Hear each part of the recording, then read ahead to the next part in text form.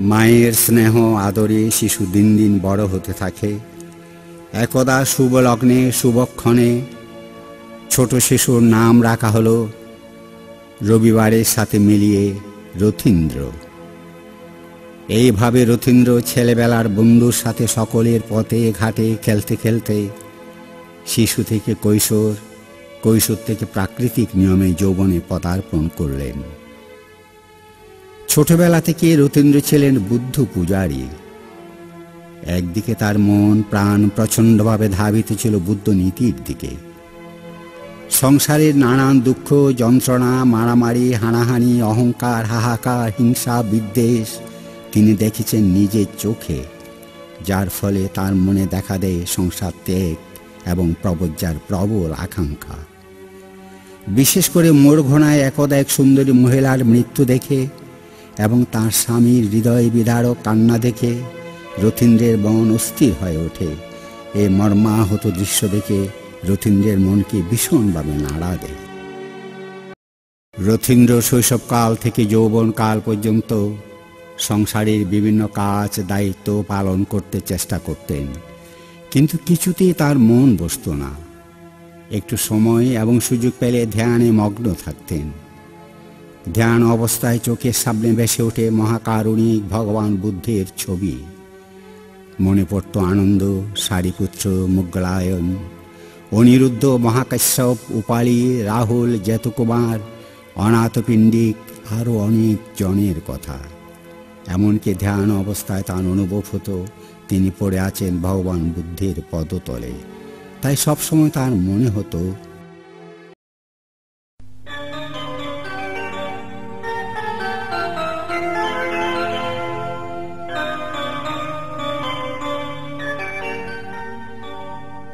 আমি ঘুমের ঘরে দেখিয়াছি ভগবান,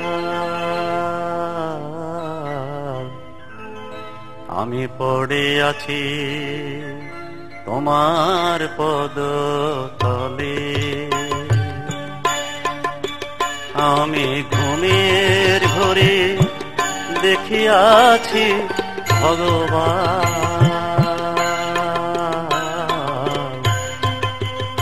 আমি পড়ে আছি তোমার পদতলে। পূজার থালাটি রেখেছি সাজাই, পূজার থালাটি রেখেছি সাজাই, আমার ভক্তির রসাঞ্জলি। আমি পড়ে আছি তোমার পদতলে।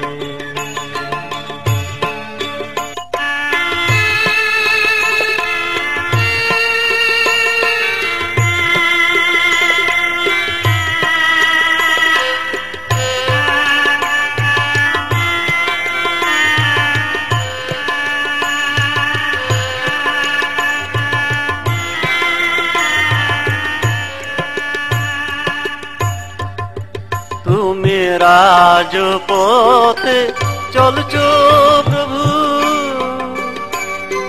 রাজ সন্ন্যাসী,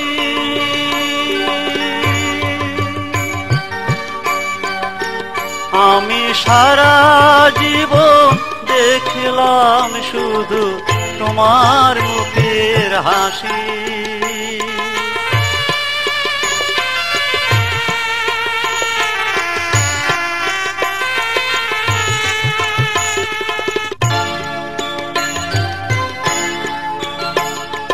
রাজপথে চলছো প্রভু, রাজ সন্ন্যাসী, সারা জীবন দেখলাম শুধু তোমার মুখের হাসি। তুমি সর্বত্যাগী মহাজ্ঞানী, সর্বত্যাগী মহাজ্ঞানী, এই ভূমণ্ডলে আমি পড়ে আছি তোমার পদতলে।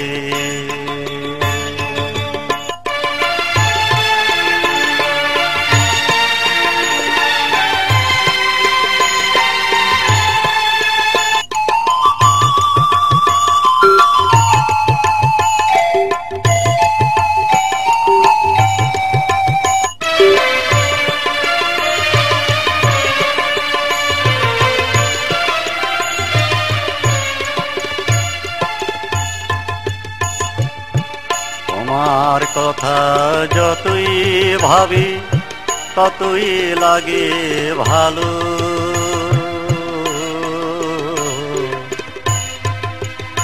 আমার মন কালিমা যাই রে ধুয়ে ফুটে জ্ঞানের আলো।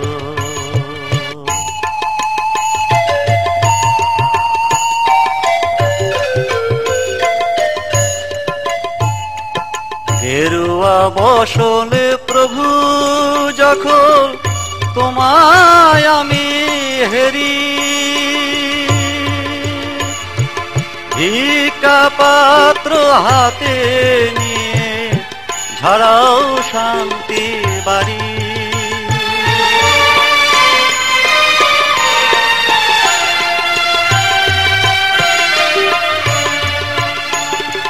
গেরুয়া বসলে প্রভু যখন তোমায় আমি হেরি, ভিক্ষা পাত্র হাতে নিয়ে ঝরাও শান্তি বাড়ি। আমার ইচ্ছে করে তোমার দুটি চরণ, ইচ্ছে করে দুটি চরণ ধোয়াই নয়ন জলে। আমি পড়ে আছি তোমার পদতলে, আমি ঘুমের ঘুরে দেখিয়াছি ভগবান। আমি পড়ে আছি তোমার পদতলে, আমি পড়ে আছি তোমার